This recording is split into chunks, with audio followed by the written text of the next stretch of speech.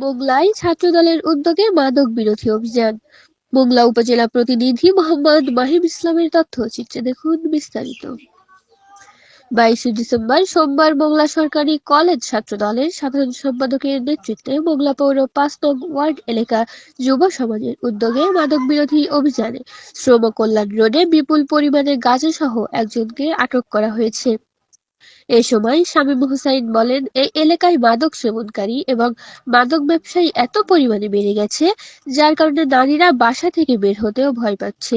বর্তমানে প্রশাসনের নাকের ডগায় মাদকের রমরমা ব্যবসা চলছে, যেটি অত্যন্ত দুঃখজনক। আশা করব প্রশাসন বিষয়গুলো লক্ষ্য রাখবে এবং দ্রুত এদের বিরুদ্ধে পদক্ষেপ নেবে।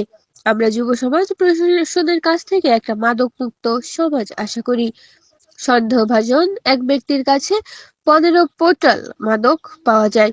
পরবর্তীতে তার কাছে পাওয়া মাদকগুলো ঘটনাস্থলেই জনসম্মুখে আগুনে পুড়িয়ে ফেলা হয়েছে।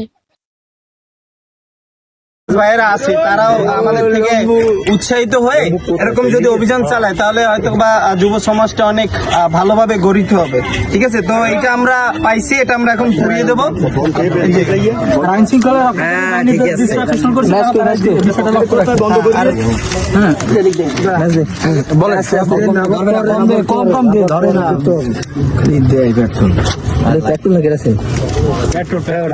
ভালো লাগলো আমার তো মার দাম করে জানি আমার না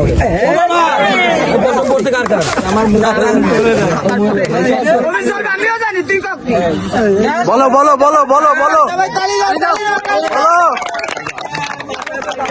আনন্দ উল্লাস আনন্দ উল্লাস